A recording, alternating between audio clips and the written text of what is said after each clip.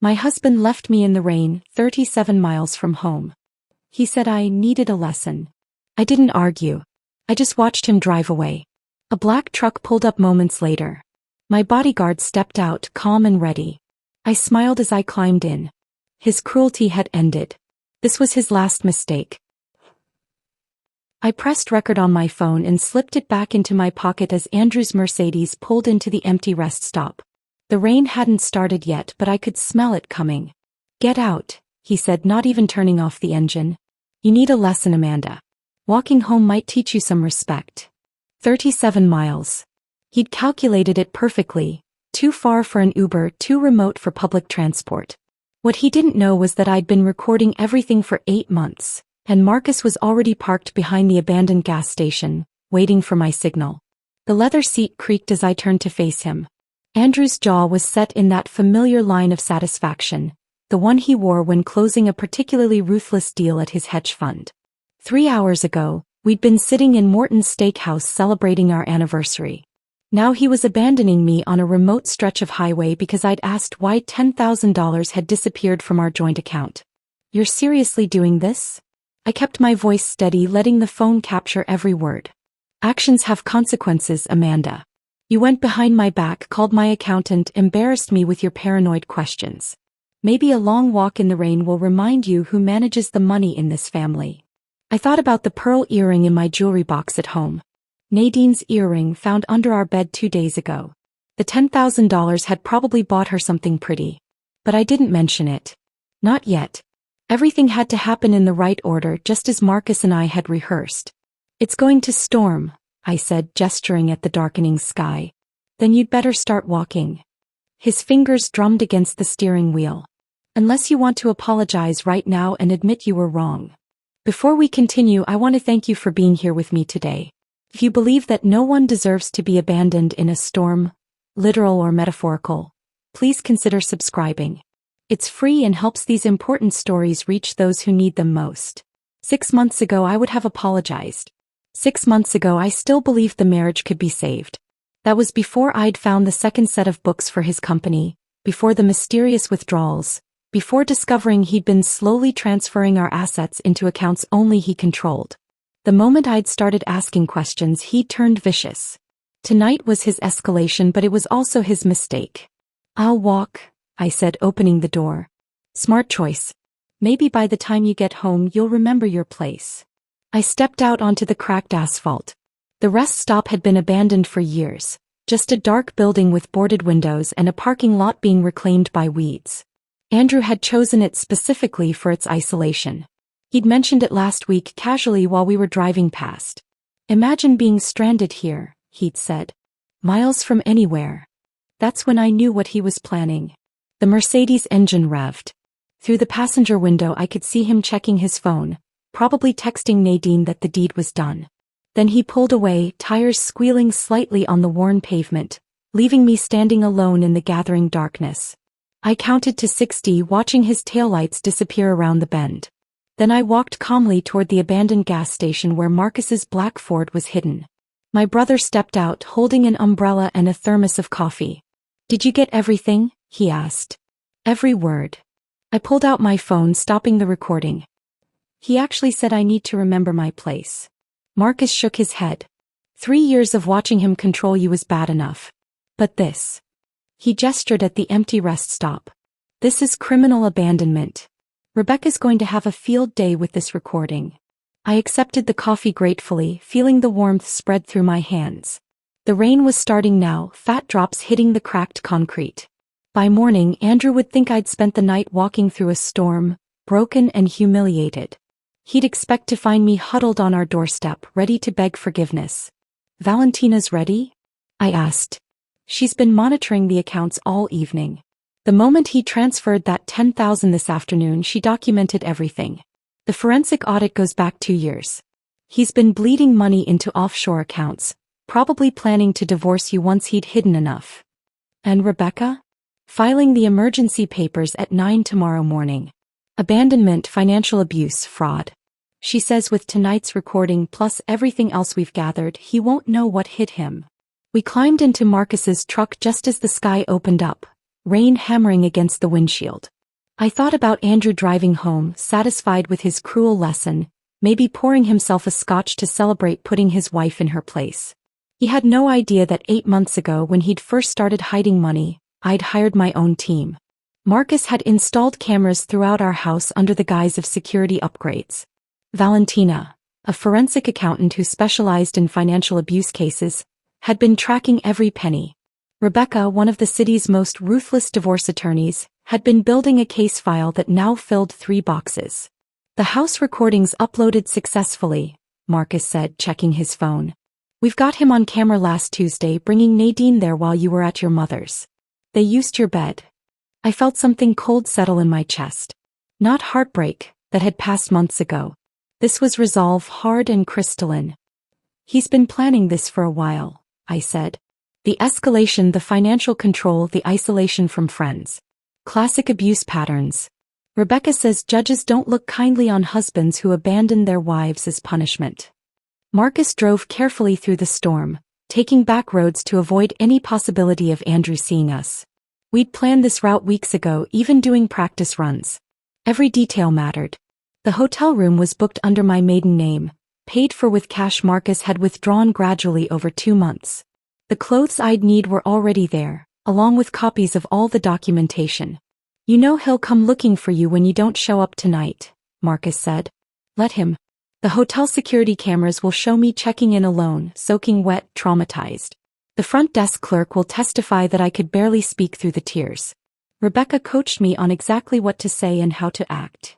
The rain grew heavier as we drove toward the city. Andrew would be home by now, probably on his second drink, maybe calling Nadine to brag about teaching me a lesson. Tomorrow morning he'd wake up expecting to find me broken. Instead he'd find his assets frozen, his office locked, and federal investigators waiting to discuss the discrepancies Valentina had uncovered in his hedge fund's books. Are you ready for this? Marcus asked as the hotel came into view. I thought about the woman I'd been 3 years ago, independent and successful before Andrew had systematically dismantled my life. I thought about the recording on my phone, his cold voice telling me to get out and walk 37 miles in a storm. I thought about Nadine's earring and the empty bank accounts and the prenup he'd hidden in his office that would have left me with nothing. I've been ready for 8 months, I said. He just gave me the final piece of evidence I needed. Marcus pulled up to the hotel's side entrance. I grabbed the small bag we'd prepared, just enough to look like I'd escaped with nothing, and stepped out into the rain. It was time to play the part of the traumatized wife, abandoned and afraid. Tomorrow Andrew would learn who really needed a lesson. The hotel lobby felt impossibly bright after the darkness outside.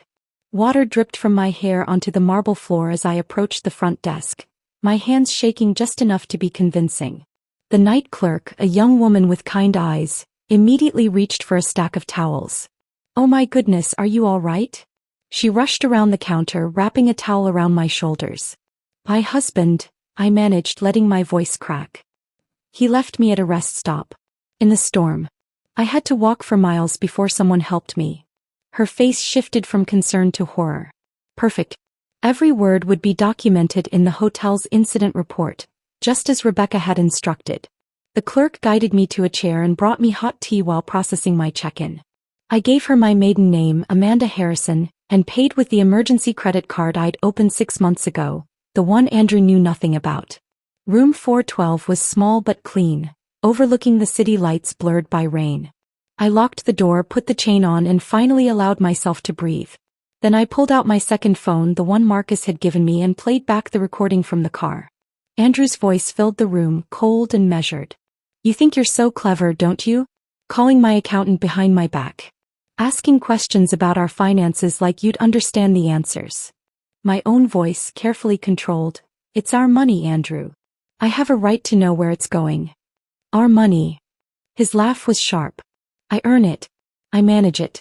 You spend it on overpriced groceries and those ridiculous charity luncheons. $70 for organic vegetables last week, Amanda. $70. I remembered that shopping trip.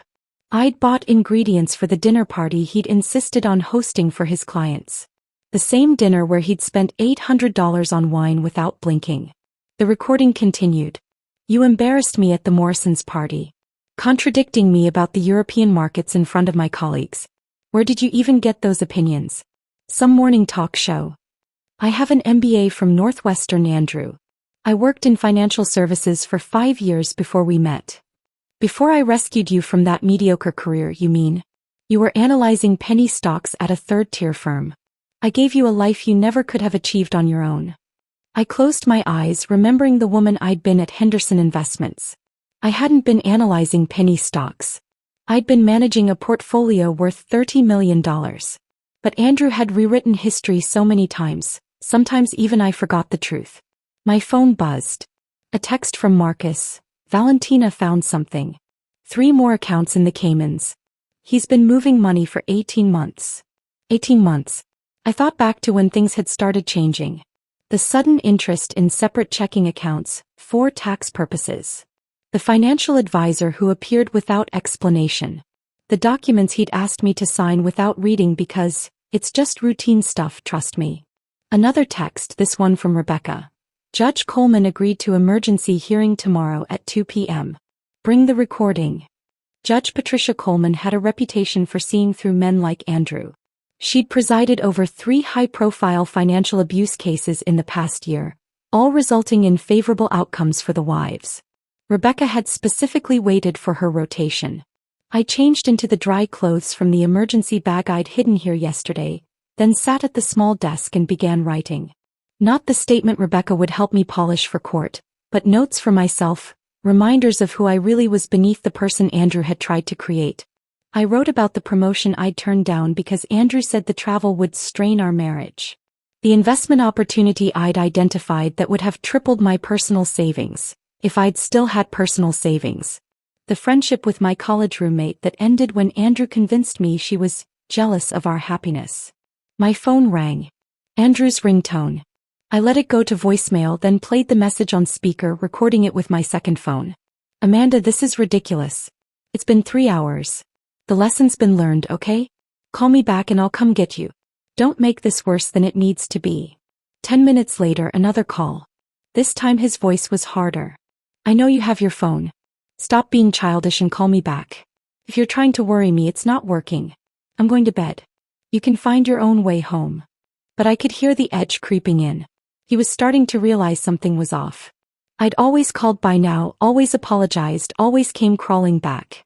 The silence was breaking his script. At midnight, Nadine called. I almost didn't recognize the number, but something made me answer, staying silent. Hello? Amanda. Her voice was uncertain. Andrew asked me to call you. He's worried. He said you two had a fight and you're not answering his calls. He wants you to know he's sorry and you should come home. Andrew never apologized. Never admitted fault. That he'd sent his mistress to deliver a fake apology showed how off balance he was. I hung up without speaking. By 1 a.m, the calls were coming every 15 minutes. Andrew, his mother Margaret, even his business partner James.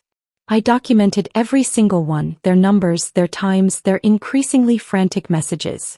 The abandoned wife was supposed to be desperate for rescue, not maintaining radio silence. I ordered room service, charging it to the card. Soup and salad and a glass of wine.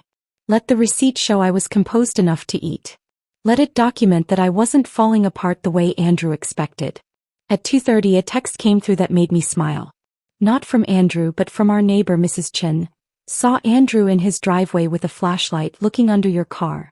Then he drove off fast. Is everything okay? He was looking for my car, not knowing Marcus had moved it to a long-term parking garage across town 2 days ago. Another piece of evidence that I'd been planning to leave, that his abandonment had simply accelerated my timeline. I pulled the curtains aside and watched the storm rage over the city. Somewhere out there, Andrew was beginning to realize his perfectly controlled world was slipping. He thought he taught me a lesson about power and place.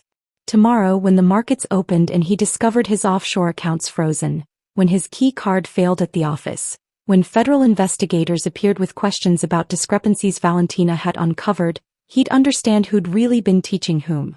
The rain hammered against the window like it was trying to break through.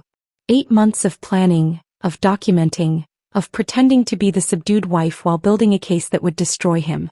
All leading to this moment, this perfect storm of his own making. I set my alarm for 7, knowing I'd need to look appropriately distraught for the emergency hearing. Rebecca would meet me at noon to prepare. But for now, for these few hours, I sat in the darkness and felt something I hadn't experienced in 3 years. Freedom. The morning sun cut through the hotel curtains at 7 sharp, but I'd been awake since 5, sitting at the small desk with my laptop open to our joint checking account. The balance showed exactly what I expected. Andrew had already moved another $20,000 out at 6:47 a.m. He was panicking, trying to hide assets before I could get to them. Too late. Valentina had already documented everything. By noon, my hotel suite had transformed into a command center. Valentina arrived first, wheeling in 2 suitcases full of printed documents, her usually perfect makeup slightly smudged from working through the night. She spread everything across the dining table methodically: bank statements, wire transfer records, falsified tax documents, each stack labeled with color-coded tabs. "The Cayman accounts are frozen as of 9 this morning," she said, pulling up a spreadsheet on her laptop. "Andrew tried to access them at dawn. 3 failed attempts. He's probably destroying his office right now." Rebecca walked in next, her phone pressed to her ear, speaking in rapid legal terms I only half understood. She ended the call and turned to me with an expression of grim satisfaction. "Judge Coleman moved our hearing to 1 o'clock. She wants to address this immediately. Also, Andrew hired Richard Blackwood." "The shark?" Marcus asked, entering with a box of surveillance equipment. "The same one who got that pharmaceutical executive off last year. Blackwood doesn't come cheap. Andrew must have liquidated something significant to afford him." I felt a flutter of concern, but Rebecca placed a steady hand on my shoulder. "Blackwood's good, but he can't argue with video evidence and financial records. Plus, he's walking into this cold. We've had 8 months to prepare." Marcus connected his laptop to the suite's television and pulled up the surveillance footage from our home. "I've compiled the highlights, if you can call them that. Fair warning, Amanda, this isn't easy to watch." The first clip showed Andrew in his study at 2 a.m. 3 weeks ago. I'd been asleep upstairs, knocked out by the sleeping pills he'd started suggesting I take for my anxiety. On screen, Andrew carefully photographed documents from our safe, then placed them back exactly as they were. The documents were our joint investment portfolios, my mother's power of attorney forms, and the deed to the lake house my grandmother had left me. "He's been building a duplicate file," Valentina explained, "creating forgeries with subtle changes.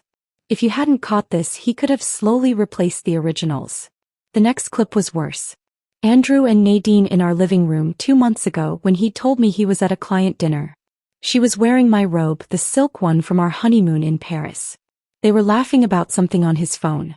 "Turn the volume up," I said, though my stomach churned. Andrew's voice filled the room. She actually believed me when I said the conference was mandatory. "I've trained her well. A few more months and I'll have everything transferred. Then we can stop this charade." Nadine's giggle was like nails on glass. "The prenup really says she gets nothing? The prenup's irrelevant. She'll never fight it. Amanda doesn't have the spine. By the time she realizes what's happening, we'll be in Costa Rica, and she'll be too broken to do anything about it." Marcus paused the video. The room was silent except for the hum of the air conditioning. I stood up, walked to the window and stared at the city below. Somewhere out there, Andrew was probably in his office trying to figure out why his computer access was revoked, why his assistant couldn't reach the bank, why everything was falling apart. "There's more," Marcus said quietly. "Do you want to see it?" I nodded. The next clip showed Andrew on the phone in our garage, pacing between our cars. The timestamp showed last Tuesday when I'd been at my book club. "Jennifer's been perfect," he was saying. "She has no idea I'm recording our conversations. Every detail about Amanda's mother's estate, the Alzheimer's diagnosis they're hiding, the trust fund from their father. It's worth nearly $2 million and Amanda doesn't even know it exists." My legs felt weak. Jennifer, my younger sister who I'd been protecting from her gambling addiction for years, who I'd covered for with our parents countless times. She'd been feeding Andrew information about our family, about money I didn't even know existed. "When did he contact her?" I asked, my voice barely a whisper. Valentina pulled up phone records. "First contact was 13 months ago. Regular calls started 10 months ago. Always when you weren't home. He's been paying her debts in exchange for information." Rebecca checked her watch. We need to leave for court in 30 minutes. Amanda, are you ready for this? Seeing him today. I turned from the window. Show me the rest first. I need to know everything. Marcus clicked to another folder. These are from his office computer. I had a contact in IT pull them before Andrew's access was cut this morning. The screen filled with emails between Andrew and his attorney, dated 6 months ago. The subject line read, Project Fresh Start. Inside were detailed plans for divorcing me, including psychological tactics to make me doubt myself, financial moves to leave me destitute, and even suggestions for gradually increasing emotional abuse to make me more compliant during proceedings. One line stood out. The key is to make her believe she's going crazy. Gaslight consistently. Hide things, deny conversations, contradict her memories. By the time we file, she'll be too unstable to fight effectively. I thought about all the times over the past year when Andrew had told me I was misremembering things. The dinner reservation I'd made that he swore I'd never told him about. The conversation about visiting my parents that he claimed never happened. The jewelry that went missing, then reappeared in strange places. I'd started writing things down secretly, thinking I was losing my mind. He was following a playbook, Rebecca said. This attorney, Douglas Stern, specializes in high-net-worth divorces where one spouse wants to leave the other with nothing. He's currently under investigation by the bar for ethics violations. Valentina pulled up one final document. This is what triggered our emergency filing this morning. Andrew transferred $3.2 million from his hedge fund's client accounts into a personal account in Panama yesterday afternoon. Right before he abandoned you. He must have thought he'd have more time before anyone noticed. He was running, I said, understanding flooding through me. The abandonment wasn't just about control. He knew something was closing in. The SEC received an anonymous tip yesterday morning, Rebecca said with a slight smile. About irregularities in his fund's reporting. I looked at her. Valentina actually. Once she documented the embezzlement, we had an obligation to report it. The weight of Andrew's crimes was staggering. This wasn't just about our marriage or his affair. He was a criminal who'd been using me as cover while he pillaged client accounts and prepared his escape. The man I'd shared a bed with for 3 years was capable of destroying not just me, but dozens of innocent investors who'd trusted him with their retirement savings. Judge Coleman needs to see all of this, I said, gathering my strength. Every document, every recording, every piece of evidence. Rebecca smiled, the kind of smile that reminded me why she'd never lost a financial abuse case. She'll see it all.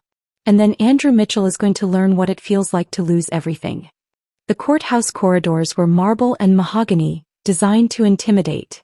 I walked through them in my sharpest suit, the navy one Andrew had never seen because I'd bought it last month specifically for this moment. Rebecca walked beside me, briefcase in hand, while Marcus flanked my other side.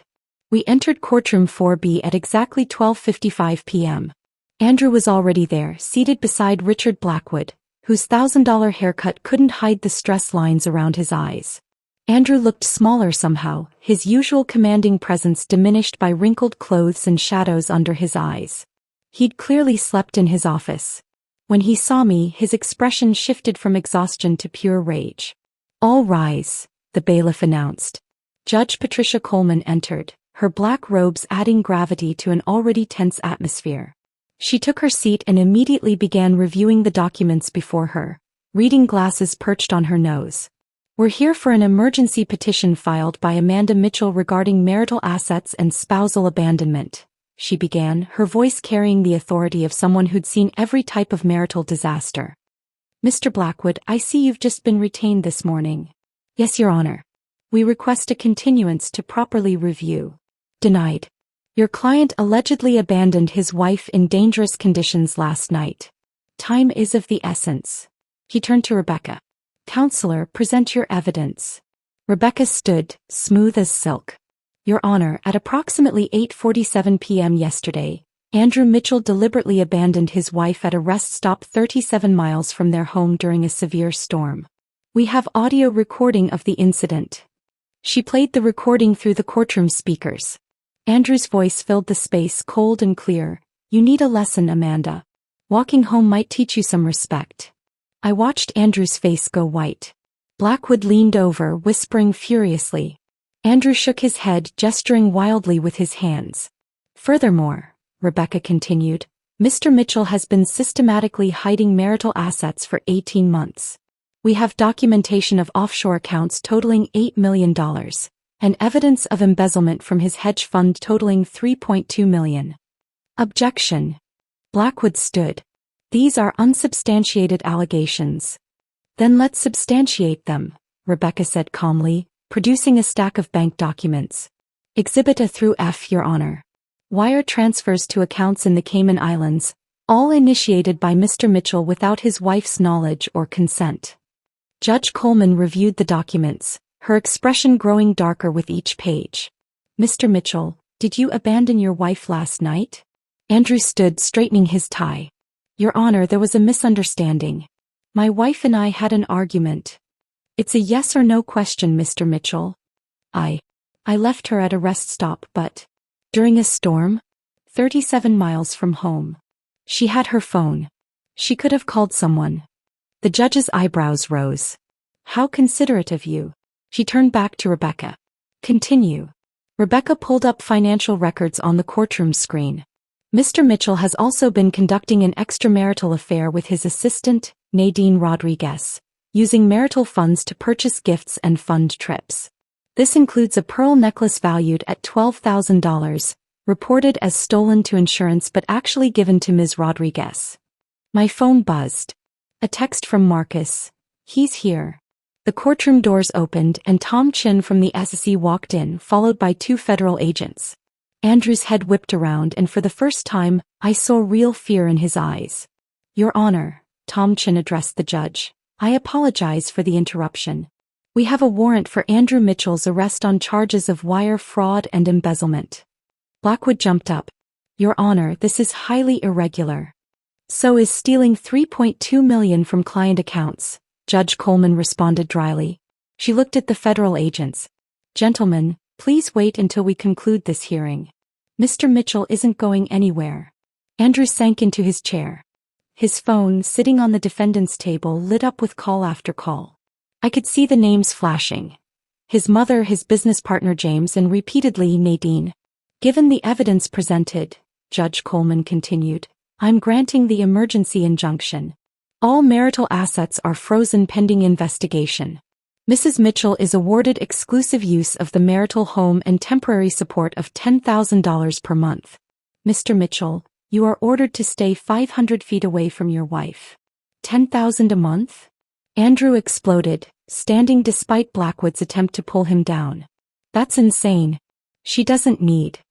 Mr. Mitchell, you abandoned your wife in a storm after hiding millions in assets. I'm being generous, not holding you in contempt right now. Sit down. As Andrew collapsed back into his chair, my phone rang. Jennifer's name appeared on the screen. I declined the call, but she immediately called again. And again.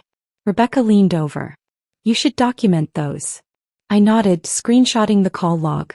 17 calls from Jennifer in the past hour. 43 from Andrew since last night. 22 from his mother Margaret. Even a few from numbers I didn't recognize, probably Andrew's colleagues or clients who'd heard about the federal investigation. Tom Chin approached our table while the judge finalized her orders. Mrs. Mitchell, we'll need your cooperation with our investigation. Your attorney mentioned you have additional evidence. I nodded. 8 months of documentation. Financial records, recordings, emails. Everything. Good. Your husband's looking at 15 to 20 years if convicted on all charges. Andrew must have heard him because he suddenly stood again, pointing at me. You did this. You set me up. This whole thing was a trap. Judge Coleman's gavel came down hard. Mr. Mitchell, control yourself or I'll add contempt charges. She's been planning this. Andrew continued, his composure completely shattered. The recording, the documentation, she knew I was going to leave her there. So you admit to abandoning her? The judge asked. Blackwood physically pulled Andrew back down, but the damage was done. Andrew had just confessed in open court in front of federal agents to deliberately abandoning me. As we prepared to leave, Nadine burst through the courtroom doors. Her designer dress was wrinkled, her carefully styled hair disheveled. She looked around wildly until her eyes landed on Andrew. You said you were divorced, she screamed across the courtroom. You said the papers were already filed. You said she was crazy and making things up. The judge sighed. Ma'am, please remove yourself from my courtroom. But Nadine wasn't done. She pulled out her phone, waving it in the air. I have texts. Recordings. He promised me we were getting married. He said the money was his. Tom Chen's eyes lit up. He approached Nadine carefully. Ma'am, we'd very much like to speak with you. Andrew's destruction was complete. His mistress was turning state's evidence, his assets were frozen, federal agents were waiting to arrest him, and his carefully constructed image had crumbled in less than an hour. As we walked out, leaving Andrew to be processed by federal agents, my phone buzzed with one final message. It was from Margaret, Andrew's mother. I hope you're satisfied, destroying a good man over petty jealousy. I deleted it without responding. Margaret would learn soon enough that her son wasn't a good man. He was a criminal who'd been exposed, and I wasn't the one who'd destroyed him. He'd destroyed himself. The courthouse steps were crowded with reporters when we emerged. Someone had leaked the story. Probably a court clerk who recognized Andrew's name from the financial pages. Microphones thrust toward us as Rebecca guided me through the crowd, her hand firm on my elbow. Mrs. Mitchell, is it true your husband stole millions? Amanda, how long have you been planning this? Will you be pressing additional charges? Rebecca stepped forward, her voice cutting through the chaos. My client will not be making any statements at this time. The federal investigation is ongoing. We pushed through to Marcus's truck, and I caught a glimpse of the evening news van setting up across the street. By tonight, Andrew's face would be on every local channel. The golden boy of Minneapolis hedge funds, arrested for embezzlement and fraud. Margaret must be dying inside. Back at the hotel, I collapsed onto the couch while Rebecca poured us both water. My phone hadn't stopped buzzing since we'd left court. I scrolled through the messages, each one a different flavor of shock or judgment. A text from my hairdresser. Just saw the news. Good for you, honey. From Andrew's golf buddy Richard. This is all a misunderstanding, right? Andrew would never do what they're saying. From 3 different neighbors, variations of, we always knew something was off about him. The most interesting message came from James Morrison, Andrew's business partner. Amanda, we need to talk. There are things about the fund you should know. Things that weren't in the federal filing. Rebecca read it over my shoulder. Set up a meeting. Record everything. At 4 o'clock, the local news broke the story. The headlines scrolled across the bottom of the screen. Prominent hedge fund manager arrested for embezzlement following spousal abandonment incident. They'd gotten Andrew's mugshot already. He looked haggard, his usual perfectly styled hair disheveled, his designer suit replaced with standard-issue jail clothing. The reporter stood outside our house. My house now, describing the scandal in breathless detail. Sources close to the investigation report that Andrew Mitchell allegedly abandoned his wife during last night's severe storm, leaving her stranded 37 miles from home. This morning, federal agents arrested Mitchell on charges of embezzling $3.2 million from client accounts. His wife, Amanda Mitchell, could not be reached for comment. My phone rang. Jennifer again. This time I answered. Amanda, please, I need to explain. You told him about Mom's will. About the trust fund Dad set up. About her diagnosis. Silence. Then quietly, he said he was trying to help. He said you were too stressed to handle the information, that he wanted to protect you. He paid your gambling debts. I didn't know what he was planning. Thought he loved you. He seemed so concerned, so caring. He said you were fragile, that you needed guidance. I thought about all the times Jennifer had called over the past year, asking seemingly innocent questions. How's Mom doing? Have you talked to her lawyer lately? Remember that property Dad bought in Wisconsin? Each conversation had been intelligence gathering for Andrew. He played you, I said. Just like he played me. Amanda, I'm so sorry. When I saw the news, when I realized what he'd done, I've been sick all day. Can we meet? Please. Rebecca shook her head, but something in Jennifer's voice made me pause. She sounded genuinely broken, not just worried about consequences. Tomorrow. Neutral location. You come alone. After I hung up, Marcus pulled up social media on his laptop. You need to see this. Andrew's company Facebook page was imploding. Clients were posting demands for their money back. Former employees were sharing stories of suspicious activities they'd witnessed. One woman wrote, "He fired me when I questioned missing funds last year. Now I know why." But the most devastating blow came from Nadine. She'd gone nuclear on Instagram, posting screenshots of their text conversations, photos from their trips funded with stolen money, and a long caption detailing how Andrew had manipulated her into believing I was the villain. "He told me his wife was emotionally disturbed," she wrote. "That she refused to grant him a divorce.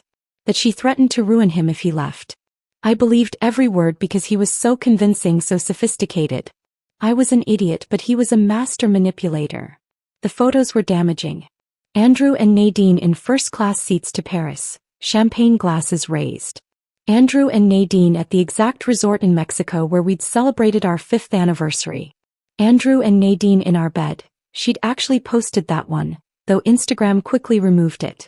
By 6 o'clock, Andrew's mother Margaret had released a statement through her lawyer. Rebecca read it aloud, barely containing her laughter. "The Mitchell family is shocked by these allegations. We believe this is a coordinated attack orchestrated by a vindictive spouse seeking financial gain. Andrew Mitchell is an upstanding member of the community who has been victimized by a calculating woman who married him for his money." "She's really going with that angle?" Marcus asked. "After what everyone heard her say in court?" My phone rang again. This time it was a number I didn't recognize. Against Rebecca's advice, I answered. "Mrs. Mitchell? This is Patricia Huang from the Wall Street Journal. We're running a story about systematic fraud in boutique hedge funds. Your husband's case is part of a larger pattern we've been investigating. Would you be willing to share your experience?" Rebecca took the phone. "This is Amanda Mitchell's attorney. All press inquiries should be directed to my office." She hung up and turned to me. "By tomorrow this will be national news. Andrew didn't just destroy himself, he's taking down an entire network of corrupt fund managers. The FBI is expanding their investigation." I walked to the window looking out at the city lights. Somewhere in Federal Holding, Andrew was probably meeting with Blackwood trying to figure out how to spin this. But there was no spinning video evidence, recorded confessions, and millions in stolen money. My phone lit up with one more message, this one from David Brennan, Andrew's biggest client. "Mrs. Mitchell, I want you to know that several of us victims are pursuing civil suits against your husband. However, we want to be clear, you are not our target. We know you were a victim too. In fact, we'd like you to testify about what you observed." The irony was perfect. Andrew had spent years telling me I was too stupid to understand finance, too naive to grasp business. Now his former clients wanted my testimony to help bury him. As the sun set over Minneapolis, painting the sky the color of justice, I realized that Andrew's public downfall was just beginning. Tomorrow there would be more headlines, more revelations, more people coming forward with stories about the man they trusted with their money. But tonight, for the first time in 3 years, I sat in peaceful silence, no longer afraid of his footsteps, his moods, his cruel words designed to keep me small. The man who'd abandoned me in the rain had created his own storm, and now he was drowning in it. The next morning brought a knock at my hotel door that I wasn't expecting. Through the peephole, I saw Jennifer standing in the hallway, her usually perfect appearance completely undone. Her hands shook as she clutched a manila envelope to her chest, and her eyes were red-rimmed from crying. I opened the door but didn't invite her in. I thought we agreed to meet at a neutral location. I couldn't wait. "Amanda, please. There are things you need to know right now. Before the FBI talks to me this afternoon." Marcus appeared in the doorway of the adjoining room, alert and protective. I nodded to him that it was okay, then let Jennifer inside. She sat on the edge of the couch, placing the envelope on the coffee table with trembling fingers. "Andrew first contacted me 13 months ago," she began, her voice barely above a whisper. "He knew about the gambling. I don't know how he found out, but he knew I owed $47,000 to some very unforgiving people. He offered to pay it all, no questions asked, if I just answered some questions about our family finances. And you agreed." My voice was flat, controlled. I was desperate. They were threatening to go to my employer to ruin my career. Andrew seemed like he genuinely wanted to help. He said you were too proud to ask our parents for money, that he wanted to surprise you by solving family problems behind the scenes. She opened the envelope and pulled out a stack of printed emails. "These are our conversations. Every one of them. I printed them all last night when I realized what he'd really been doing. I picked up the first email dated over a year ago. Andrew's tone was warm, concerned, brotherly even. He wrote about wanting to be a better husband, wanting to understand my family dynamics so he could support me better. The manipulation was masterful. He was particularly interested in Mom, Jennifer continued. He wanted to know about her health, her mental state, her finances. I thought he was planning something nice for her, maybe paying for better care. You told him about the Alzheimer's. Jennifer nodded, tears streaming down her face. She made me promise not to tell you. She didn't want you to worry, said you had enough stress with Andrew being so demanding. But he was so persistent, so caring. He said he'd noticed signs and wanted to help. I kept reading. The emails showed Andrew's questions growing more specific over time. What properties did our parents own? Were there any trusts? Who was the executor of their wills? Jennifer had answered everything, believing she was helping her brother-in-law better care for our family. Last month he asked me to get Mom to sign some papers, Jennifer said. He said they were for insurance purposes, that it would protect her assets if her condition worsened. I actually took them to her, Amanda. Thank God her lawyer was there that day and recognized them as property transfer documents. That's when I started to realize something was wrong. My phone buzzed. David Brennan was calling. I put him on speaker so Marcus could hear. Mrs. Mitchell, I'm sorry to bother you, but this is urgent. I've been going through our client files all night.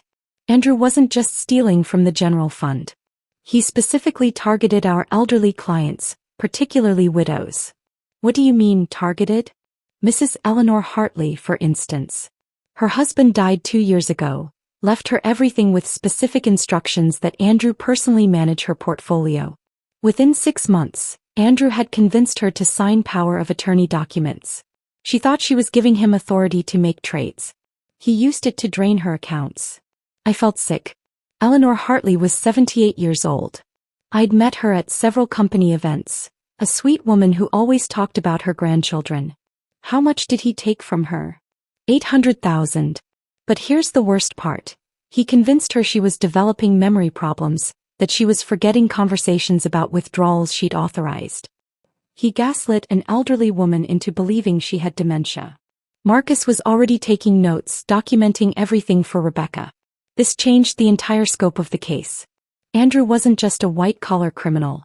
He was a predator who specifically hunted vulnerable people. I have recordings, David continued. I started secretly recording our partnership meetings 2 years ago when I noticed discrepancies. I was building a case to take to the authorities, but I was scared. Andrew had connections everywhere. But now that he's already in custody, I want to provide everything I have. After David hung up, Jennifer pulled out one more document from her envelope. There's something else. About Dad's estate. Our father had died 5 years ago, leaving what we thought was a modest inheritance split between Jennifer and me. But the paper she handed me showed something different. A trust account in my name alone, established the year before he died. He knew about my gambling even then, Jennifer said quietly. He loved me, but he didn't trust me with money. So he set this up for you with Mom as the trustee. It's worth about $2 million. Andrew found out about it through me, and he's been trying to access it for months. I stared at the document. $2 million my father had hidden to protect it from both Jennifer's addiction and, unknowingly, from my husband's greed. The account was held at a small private bank in Wisconsin, one Andrew wouldn't have known about without Jennifer's information. We need to go see Mom, Jennifer said. Today. She's been holding on to something for you, something she wouldn't even tell me about. She said she was waiting for the right moment. An hour later, we sat in my mother's room at the memory care facility. She was having one of her increasingly rare clear days, her eyes bright and focused as she held my hand. I knew what he was the first time I met him, she said, her voice stronger than it had been in months. The way he looked at our house, evaluating everything like he was cataloging assets. The way he steered conversations toward money. Your father saw it too. She reached into her bedside drawer and pulled out a small key. Safety deposit box. First National Bank on Hennepin. Your father put things there the week before he died. Documents. Evidence. Evidence of what, Mom? Andrew tried to forge your signature last year. Loan documents, property transfers. The bank manager was your father's friend. He called me, sent me copies of everything. It's all in the box. I took the key, feeling its weight. My father had been protecting me even from beyond the grave, and my mother had been standing guard over that protection despite her declining memory. There's more, Mom said, her grip tightening on my hand. The FBI came here yesterday. Not about Andrew's arrest, about something bigger. They said his name came up in an investigation that's been running for 3 years. A network of fund managers who've been systematically defrauding elderly clients across 5 states. The room felt suddenly airless. Andrew's abandonment of me in the rain wasn't just about control or cruelty. He'd known the FBI was closing in. He'd wanted me broken and compliant because he thought he could use me as either a shield or a scapegoat when everything collapsed. He never expected you to fight back, my mother said, a small smile crossing her face. Men like him never do. They think kindness is weakness. They're always surprised when they learn otherwise. As we prepared to leave, my mother squeezed my hand one more time. Your father would be proud of you. You're stronger than Andrew ever imagined. Driving away from the facility, Jennifer beside me and Marcus following in his truck, I thought about the layers of deception Andrew had built. Each revelation peeled back another level of his criminality. He wasn't just a bad husband or a corrupt fund manager. He was the center of a web of financial abuse that had destroyed dozens of lives. But he'd made one fatal error. He'd assumed that the woman he'd left in the rain would stay there, broken and defeated. Instead, she'd become the storm that would wash away everything he'd built on the suffering of others. The First National Bank on Hennepin stood like a fortress of old money and older secrets. Jennifer waited in the car while Marcus accompanied me inside, where the safety deposit box my mother had protected waited in a climate-controlled vault. The bank manager, Mr. Paulson, remembered my father well and handled the key with the reverence of someone who understood he was part of something significant. Inside the box lay a stack of documents that made my hands tremble. Forged loan applications with my signature, dated 6 months ago. Property transfer papers for my grandmother's lake house, which Andrew had apparently tried to sell without my knowledge. Bank statements from accounts I'd never seen, opened in my name but controlled by Andrew. My father had somehow obtained copies of everything, his handwriting on sticky notes explaining what each document meant. One note, attached to a forged power of attorney document, simply read, "He will try to take everything. Don't let him." Marcus photographed every page while I sat in stunned silence. The scope of Andrew's betrayal kept expanding, like ink spreading through water. This wasn't just about our marriage or even the stolen millions.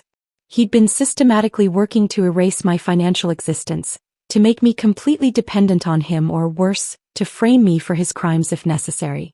4 months later, I walked into the federal courthouse for the first day of Andrew's criminal trial. The media attention had only intensified since his arrest. News vans lined the street.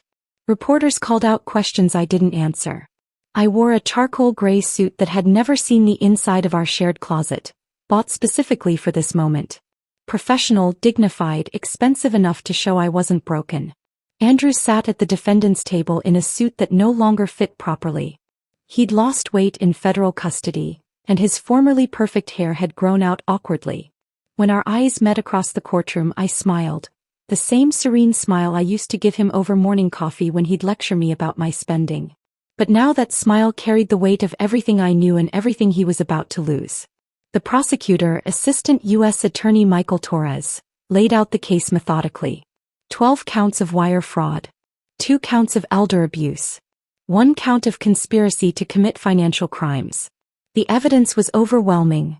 Doctored books, hidden accounts, forged documents, recorded conversations where Andrew explicitly discussed stealing from clients. For 11 days, witness after witness took the stand. Elderly clients described how Andrew had convinced them to sign documents they didn't understand. Former employees testified about being ordered to falsify records. The forensic accountant walked the jury through the labyrinth of offshore accounts and shell companies Andrew had created. On day 12, the courtroom doors opened and Nadine Rodriguez walked in. She looked nothing like the polished young woman who'd worn my grandmother's pearls.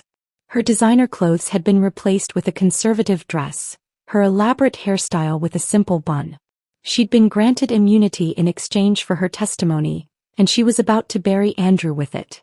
Ms. Rodriguez, the prosecutor began, how long were you romantically involved with the defendant? 18 months, Nadine answered, her voice steady but quiet. And during that time, did Mr. Mitchell ever discuss his business practices with you? Yes. Frequently. He thought it was amusing to explain how he was moving money around without anyone noticing. He called it playing three-dimensional chess while everyone else played checkers. She produced recordings from her phone, conversations where Andrew bragged about targeting elderly clients, about hiding money from me, about his plans to disappear to Costa Rica once he'd accumulated enough. In one recording, his voice clear and damning, he said, "Amanda's the perfect cover. Sweet, trusting, asks no questions. By the time she figures out what's happening, I'll be gone and she'll be left holding the bag." But Nadine's most devastating revelation came near the end of her testimony. 3 weeks before his arrest, Andrew told me he was planning to leave me too. He had another woman in Costa Rica, someone he'd met online. He was going to abandon me just like he abandoned his wife. The look on Andrew's face was worth every moment of pain he'd caused me. His jaw dropped, his attorney frantically whispered in his ear, but the damage was done. His mistress had just revealed that he'd been playing everyone, including her. The next day brought another shock. A young man named Christopher Walsh took the stand. 22 years old, with Andrew's same sharp jawline and calculating eyes. The prosecutor established his identity quickly. Andrew's son from a college relationship, whose existence Andrew had hidden for over 2 decades. My mother has been receiving payments from Andrew Mitchell for 22 years, Christopher testified. $1,500 a month to keep quiet about my existence. She has records showing the money came from his client accounts. I watched Andrew shrink in his chair as Christopher continued. He told my mother that if she ever contacted his family or went public, he'd destroy her reputation and ensure she never worked in finance again. She has that threat in writing. The prosecutor introduced 22 years of bank records, showing regular payments from the same accounts Andrew had been pillaging. He'd been stealing from elderly clients not just for luxury and escape, but to hide the evidence of his past. Andrew's defense attorney tried to object, arguing this was prejudicial and irrelevant to the financial crimes, but Judge Coleman overruled him. It establishes a pattern of deception and financial malfeasance spanning the defendant's entire adult life. On the final day of testimony, Andrew made the catastrophic decision to take the stand himself. Against his attorney's visible protests, he stood and walked to the witness box, still believing he could talk his way out of this. For 2 hours he tried to spin a narrative where he was the victim. He claimed I'd known about the affairs and approved. He insisted the elderly clients had authorized every transaction. He portrayed himself as a brilliant financial mind who'd simply made some bookkeeping errors. Then the prosecutor began his cross-examination, and Andrew's composure cracked like ice under pressure. When confronted with the recordings, he claimed they were taken out of context. When shown the forged documents, he suggested I might have created them. When presented with evidence of the hush money to Christopher's mother, he actually said, "That was a personal matter unrelated to my business."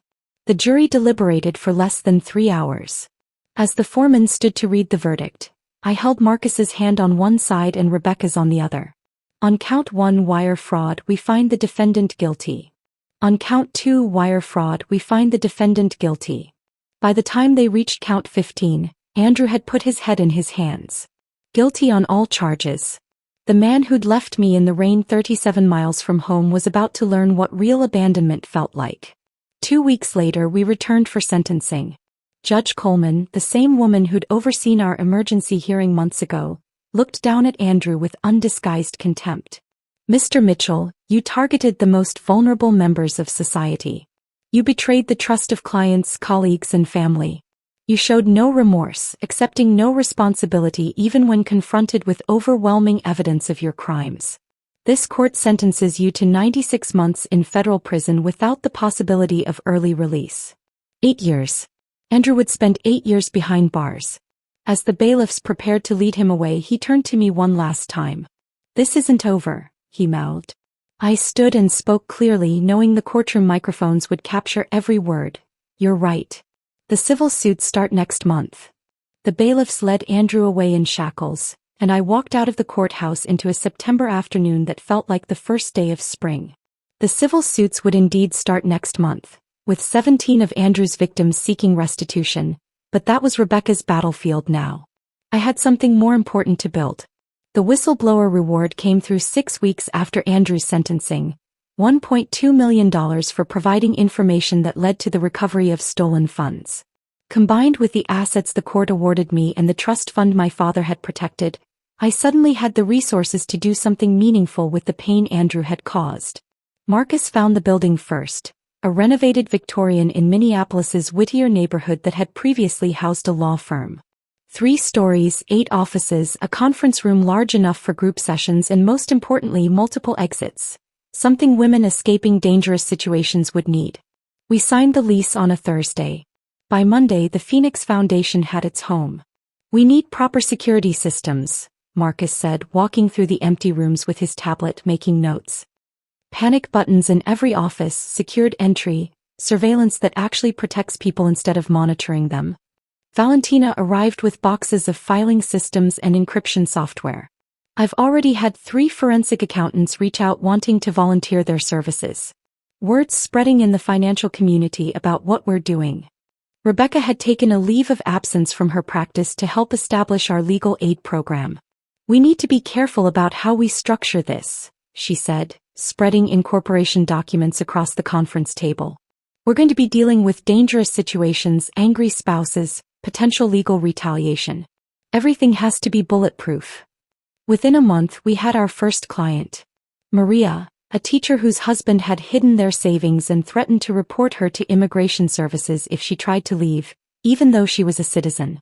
Valentina found the money. Rebecca filed the papers. Marcus arranged safe transportation. I sat with Maria while she cried, remembering my own tears in that hotel room the night Andrew abandoned me.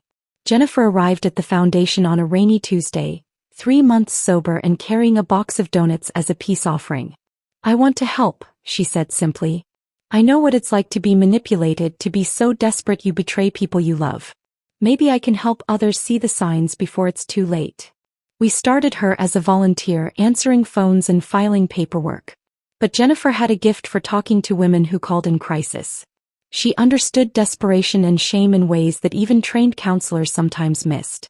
Within 6 months, she was running our support groups, sharing her story of how Andrew had exploited her addiction to gather information, helping others recognize when they were being used. My mother came to visit on one of her clear days, Marcus driving her carefully through the city she'd once known so well. She sat in my office, looking at the framed photos on the walls.